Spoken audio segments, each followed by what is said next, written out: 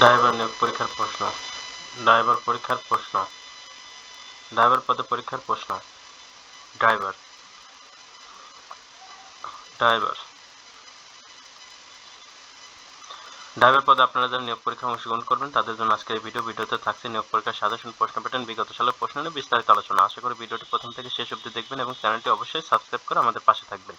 এখানে একটা কথা বলে রাখি, স্বল্প সময়ে ভালো একটা প্রশ্ন চাইলে গাড়ি চালক ড্রাইভার জব রিভিউ এই বইটি পিডিএফ আমাদের কাছ থেকে সংগ্রহ করে নিতে পারেন। পিডিএফ এর মূল্য 40 টাকা। যারা নিতে চান তারা এই নাম্বারে হোয়াটসঅ্যাপের মাধ্যমে যোগাযোগ করে এই পিডিএফটি সংগ্রহ করে নেবেন। এই পিডিএফে প্রায় 50 পেজের মতন প্রিভিয়াস কোশ্চেন ব্যাংক দেওয়া আছে। মোটামুটি একটা ভালো আইডিয়া পাবেন। তবে কোন কোন বই পড়বেন, কোথায় থেকে পড়বেন, কি পড়তে হবে সব নিয়ে এই ভিডিওতে আলোচনা করা হবে এবং কোন কোন টপিকস পড়লে আপনি বিস্তারিত 100% কমন পাবেন এই বিষয় নিয়েও আমরা আলোচনা করব। তো চলুন প্রথমে আমরা একটা বিগত সালের প্রশ্ন সমাধান করি এবং কোন ধরনের প্রশ্ন আছে সেটা একটা আইডিয়া ডেভেলপ করি। সময় 60 মিনিট দেওয়া হয়, পূর্ণ মার্ক থাকে 40। এটা 2026 সালে একটা পরীক্ষা হয়েছিল। একটি দর্শনীয় স্থান আপনার ভ্রমণের অভিজ্ঞতা বর্ণনা করে 10টি বাক্য লিখুন।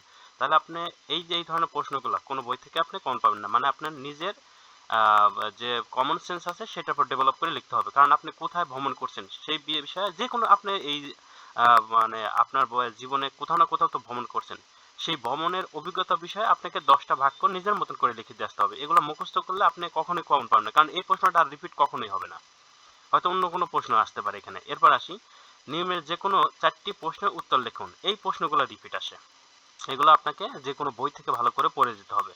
সমার্থক শব্দ লিখুন, অন্ধকার এর সমার্থক শব্দ তিমির। বিপরীত শব্দ লিখুন, সুলভ এর উত্তর দুর্লভ। উত্তর পরিবর্তন করুন, শিক্ষক বললেন কাল তোমাদের ছুটি থাকবে। এটা কি উক্তি পরিবর্তন? শিক্ষক বললেন যে আগামীকাল তোমাদের ছুটি থাকবে।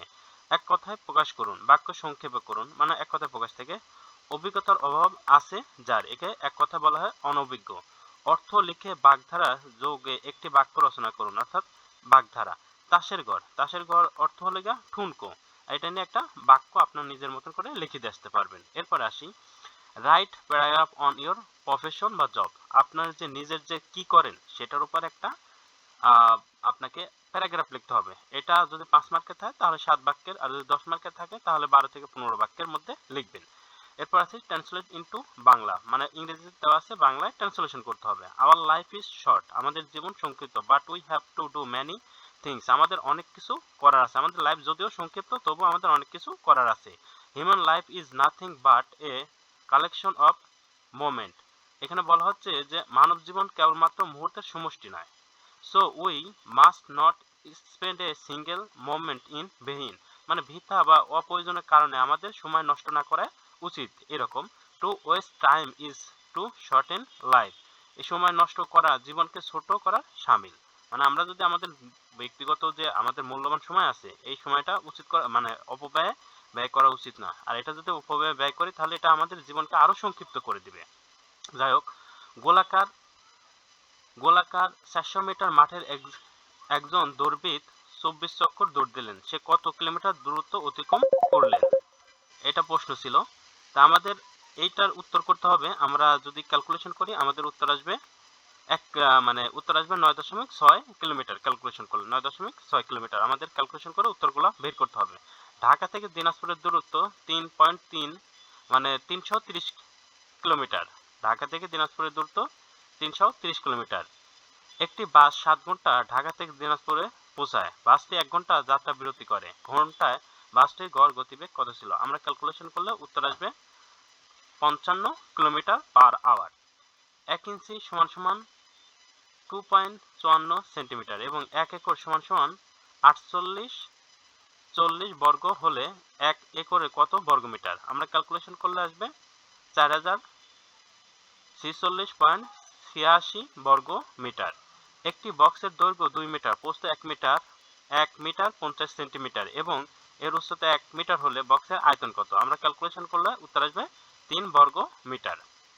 এরপর টেকনিক্যাল প্রশ্ন, হাইব্রিড গাড়ি কি? এটা যারা ড্রাইভার প্রশ্নে পরীক্ষা দেবেন তাদের সবারই জানার কথা, কারণ আপনি যদি প্রফেশনাল ড্রাইভার না হয়ে থাকেন, আপনি যদি ড্রাইভিং লাইসেন্স না থাকে এবং ড্রাইভিং রিলেটেড যদি কোনো কিছু আপনার না জানা থাকে, দয়া করে আপনারা কোনো সরকারি জবে আবেদন করবেন না। কারণ আপনি যদি প্রফেশনাল ড্রাইভার না হন তাহলে আপনার কিন্তু চাকরি হবে না। কারণ কি আপনাকে যখন ভাইবা বোর্ডে জিজ্ঞাসা করবে ড্রাইভার রিলেটেড প্রশ্ন দিয়েই জিজ্ঞাসা করবে এবং আপনাকে অবশ্যই ব্যবহারিক পরীক্ষায় পাস করতে হবে। রিটেন পরীক্ষা যদিও পাস করে যেতে পারেন, তাহলে ওই দুইটা পরীক্ষা থেকে কিন্তু বাদ পড়বেন। অতএব যাদের ড্রাইভিং লাইসেন্স আছে এবং ড্রাইভার বিষয়ে যাদের জ্ঞান আছে তারাই কেবল ড্রাইভার পরীক্ষায় অংশগ্রহণ করবেন। এরপর আসি, বিআরটি এর পূর্ণরূপ কি? Bangladesh road transport authority. বর্তমান বলবৎ সড়ক পরিবহন আইনটি কত সালে প্রণীত? 2018 সালে। বর্তমানে যে আইনটা সেটা 2018 সালে। মহাসড়কে যাত্রীবাহী মোটরযানের সর্বোচ্চ গতিসীমা কত? 80 কিলোমিটার। ডিপস্টিক কি? একটি পাতলা দাগযুক্ত রড। বাংলাদেশের জাতীয় কবি কে? কাজী নজরুল ইসলাম। রাষ্ট্রীয় অতিথি ভবন যমুনা কোথায় অবস্থিত? এটা মিন্টো রোড, রমনায় অবস্থিত। কারফিউ বা সন্ধ্যা আইনের ন্যূনতম কতজন মানুষকে একত্রে জমায়েত নিষেধ? 4 জন। 3 জন যেতে পারবে, 4 জন একত্রে হতে পারবে না। গুগল ম্যাপ কি? জায়গা চিহ্নিতকরণে সহায়ক একটি অ্যাপস। বাংলাদেশের সর্বাপেক্ষা পূর্ব দিকে জেলা কোনটি? বান্দরবন। বাংলাদেশের একটি দ্বীপ উপজেলার নাম লিখুন। হাতিয়া। এই ছিল একটা প্রশ্ন। আপনারা বুঝতে পারছেন যে আপনাদের প্রশ্ন আসে কি থেকে? বাংলা থেকে, ইংরেজি থেকে, গণিত থেকে, সাধারণ জ্ঞান। এই সাধারণ জ্ঞানের মধ্যে আবার দুইটা, টেকনিক্যাল এবং জেনারেল সাধারণ জ্ঞান।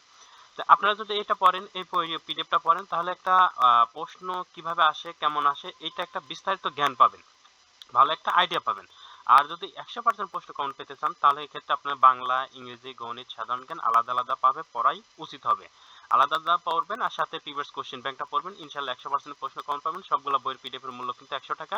যারা নিতে চান তারা এটা স্ক্রিনশট দিয়ে এই নাম্বারে হোয়াটসঅ্যাপে পাঠিয়ে দেবেন এবং লিখে দেবেন যে এই পিডিএফ গুলো লাগবে। আর কোন কোন টপিকস থেকে পড়বেন এই বইয়ের? বাংলার জন্য সন্ধি, বিপরীত শব্দ, সমাস, এককথা প্রকাশ, বানান, বাগধারা, সমার্থক শব্দ, কারক, সাহিত্য। ইংরেজির জন্য item, phrase, voice, gender, number, narration, changing sentence, translation, preposition, article, right form of verb. এই টপিকগুলো নবম শ্রেণী।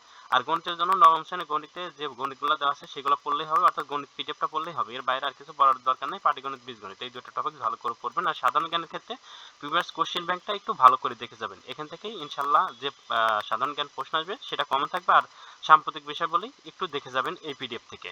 এই পিডিএফ গুলো যদি আপনি ভালোভাবে কভার করতে পারেন, এই টপিকগুলো যদি ভালোভাবে কভার করতে পারেন, ইনশাল্লাহ 100% আপনার জব হবে। আজকের ভিডিও এখানেই শেষ করছি। এরপরে যদি আপনাদের কোনো প্রশ্ন থাকে অবশ্যই কমেন্ট বক্সে কমেন্ট করে জানাবেন। আর চ্যানেলটি সাবস্ক্রাইব করে আমাদের পাশে থাকবেন। আল্লাহ হাফেজ।